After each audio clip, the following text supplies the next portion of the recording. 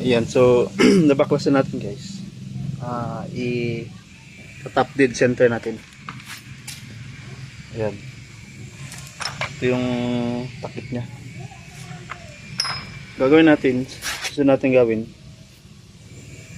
Iikutin natin, i-top dead center natin. Gamit tayo ng 14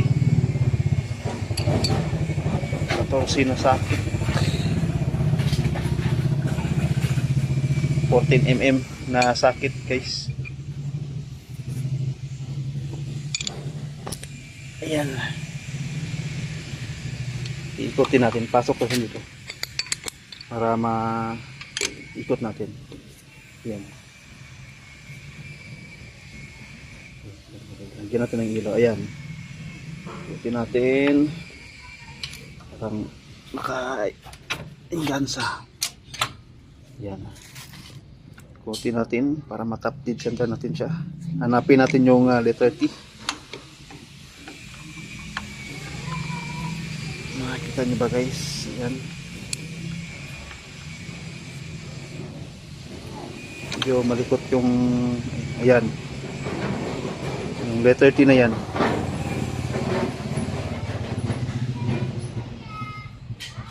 Ayan. At saka itapat natin sa may guhit na ito.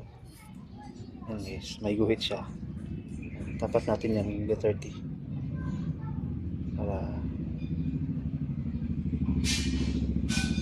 yun. So, gagawin natin sunod. Alogin natin yung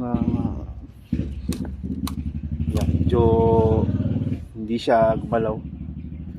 Ibig sabihin tukod yan guys. Yan, tukod siya.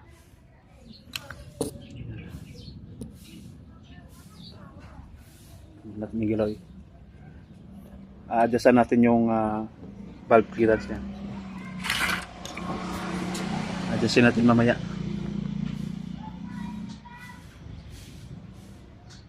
Ayan, para malaman natin kung naka-top dead center siya, tatanggalin natin itong spark plug. Tanggalin natin yan.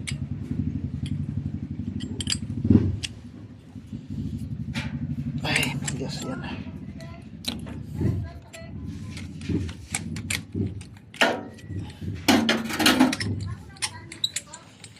Tatanggalin natin para makita natin kung naka-top dead center talaga siya.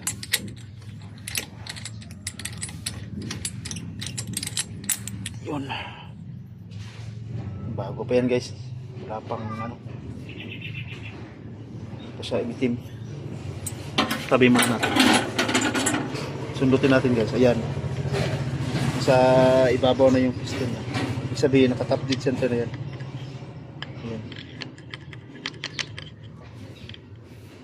Ayan o. Kasi pag hindi naka-top dead yan, lulubog itong star screw natin.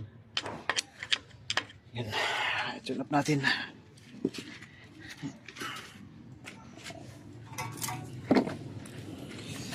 Yan, medyo hindi siya gumalaw. Tagang masikip siya guys. Walang clearance. Masikip na siya. Ibig sabihin nakatukod yan. Tune upin natin maya. I-drain muna natin yung oil nya.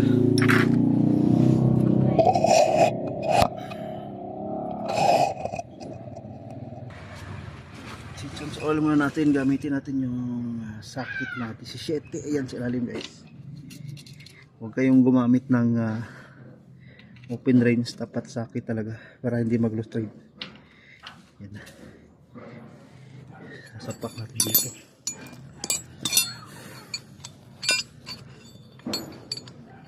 Hirap nung wala hawak ng camera. Yan, ito yung pangdoy natin. Yan, ikutin natin siya. Tigas. Ayan.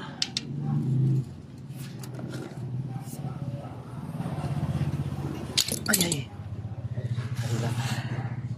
Ayan, tanggalan natin. Yan yung oil niya guys. Ang itim na pala. 2 buwan pa lang hindi naka-change oil. Itim na. Kaya dapat monitor talaga yung engine oil.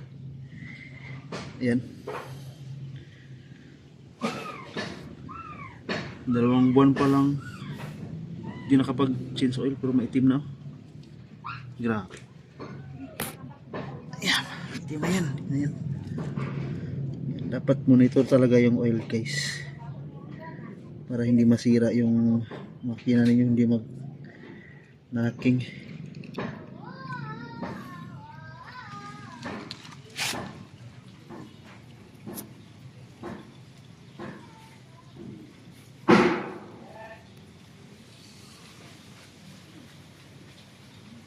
Yan.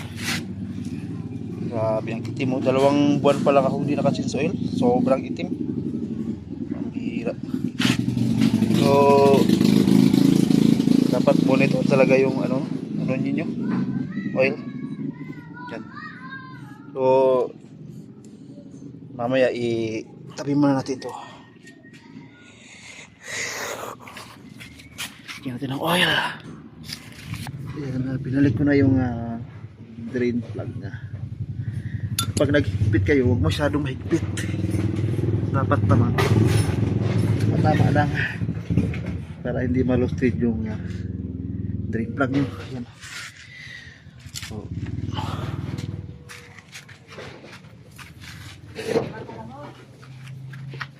ito yung gamit ko na engine oil sa E20W40 multigrade yan guys. Ayan, 250. Ito yung ginagamit ko kasi mas komportable ako na gagamitin ito.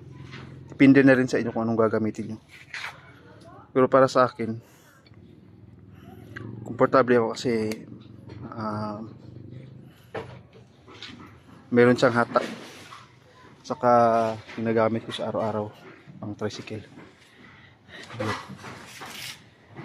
Yung tricycle namin dito sa Jensan. So ito yung gamit ko na oil guys. Yan, multigrade yan, 20W40. Yan. Pero depende pa rin sa inyo anong gagamitin na oil. Basta ito sa akin. Okay guys, tune up na natin siya.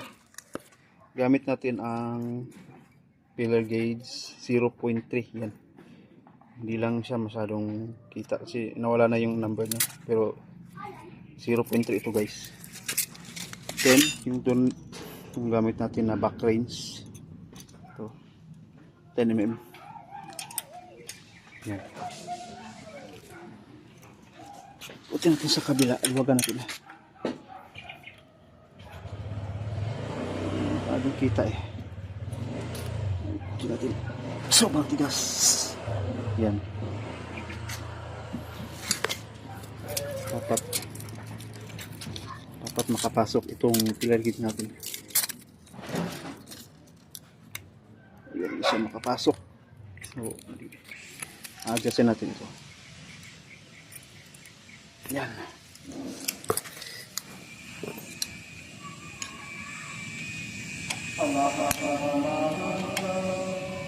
Stress na.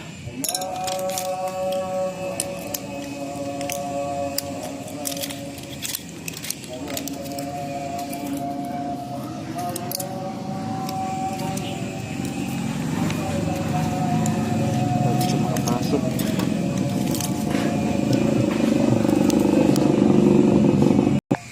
Ayan guys. So dapat guys makapasok yung filler gauge natin. Ang tamang higpit. Ayan. Ayan siya.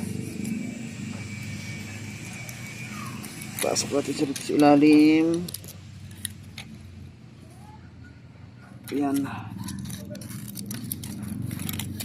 Ayan. Ayan. Dapat ganyan.